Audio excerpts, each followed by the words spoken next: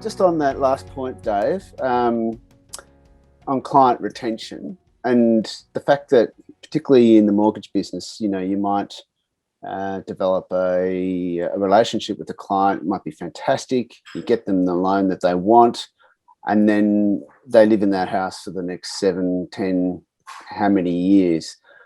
Have you gone about either re-engaging with those types of people, or how do you have a relationship with those people that is, I guess, meaningful, not annoying them?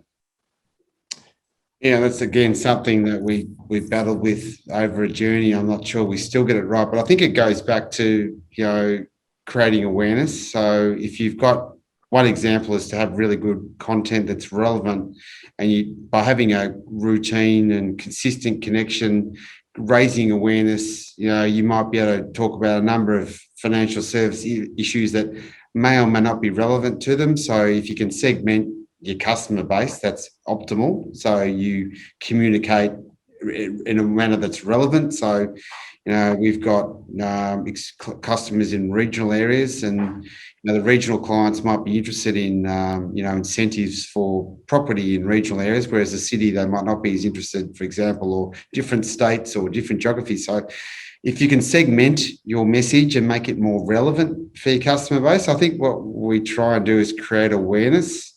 And I think also with things like content marketing is it shows your brand's committed to, ongoing being relevant and understanding what trends are developing in its industry. So your customers might not always read your content all the time or read everything you say, but when they need to access something that's relevant to them, I know that a lot of your clients have got really deep reservoirs of blogs in their website. So there's always a really good pool of relevant articles and content that they can dive into when they need it. Because when you're transacting, and you mentioned things like property, it's not something you do consistently. It might be something you only engage in every 7 years, as you said. So you need to have content. You don't know when they're going to need the content or when they're going to need to hear from you. So I suppose professional service firms have got to show that they're still relevant, that they're staying up to date with what's happening in the industry, and provide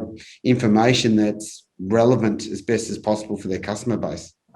So you've used the word relevant there, and it's absolutely key. And so it goes back to your CRM and how well how good your data is.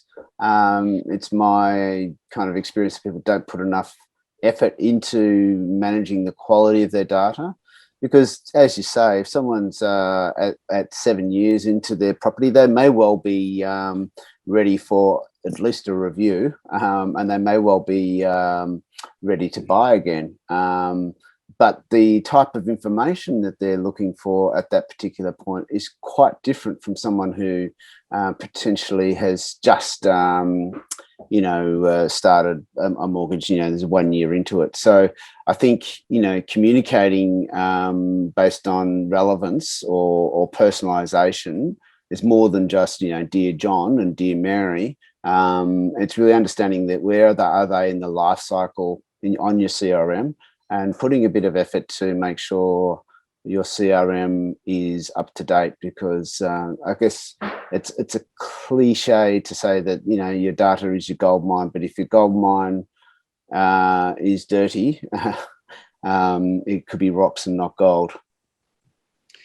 Yeah, I couldn't agree more. I think that when we're all busy and time poor, and we've got pressure from deadlines, the one of the first thing that gets put aside is those hygiene matters. Maintaining really good data, because yes, your business can survive from week to week without it, but if you want to build a business that's sustainable and well regarded and communicating relevant content, you've got to understand who your customer base is. So, and we've had examples where we spend time, if we acquire a business, we want as far as we can. It's difficult to get across all the customers immediately in a lot of detail, but we want to understand, their geography, their occupation, what might be relevant to them as best we can. So you can start to build that segmentation and relevance. And then you need, in our view, people underinvest in CRM and marketing, and don't spend both the time and the money they need to do it professionally. Yeah. So we certainly recognise the value, how important it is, and try and instill it across to our team about, it's worth investing in it. Take a longer term view, and that'll be more beneficial for your customer in the long term as well.